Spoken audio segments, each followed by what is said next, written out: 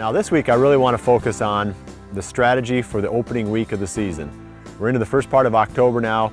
In almost every bow season, I think probably every bow season across North America has opened up. So everybody's thinking about the same thing. How am I going to get on a nice buck during this time frame? The challenges can tend to be pretty difficult to overcome.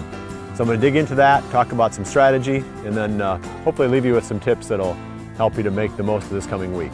First, I want to touch on the fact that October has a couple of different seasons, if you want to call it that. There's more of a lull time frame that takes up about the first 2 weeks to 3 weeks of October. Then it starts to transition into more of a rut buildup. So I want to focus on the strategies that really make sense during this more of a lull time frame, because the season is opening now right into the middle of this October lull. The buck activity is kind of diminished now, the daylight activity. The bucks are moving more at night, and then they transition into more daylight activity as they get closer to the rut.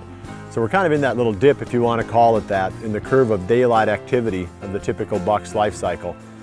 It's challenging. You got to be careful at this time that you're not overhunting any of your best tree stands. We don't want to burn out our best stands or pollute them with a lot of human scent at a time when the bucks aren't even moving.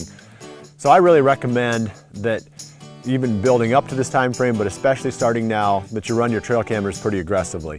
Those trail cameras are going to tell you quite a bit about what's going on in the areas of your tree stands. You don't have to set the trail camera right underneath your tree stand, but it does help to have general information of how much daylight activity is taking place near that area. So I would start there. I'd get the cameras out, find locations that you can drive your vehicle to whenever possible. It's a lot better to drive up, pull the card out, step back in the vehicle and drive away, especially if the deer in that area are used to some human activity.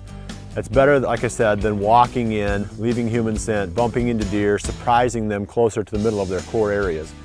So try to find a spot where you've got low impact, get your cameras out, find out when the bucks are starting to move during the daylight. If you're not seeing any daylight activity, there's no point in sitting in that stand, because all you're going to do at that time is educate deer. They're going to come by at night, or maybe they'll smell your airborne scent during the day, come by at night and pick up your scent on the ground.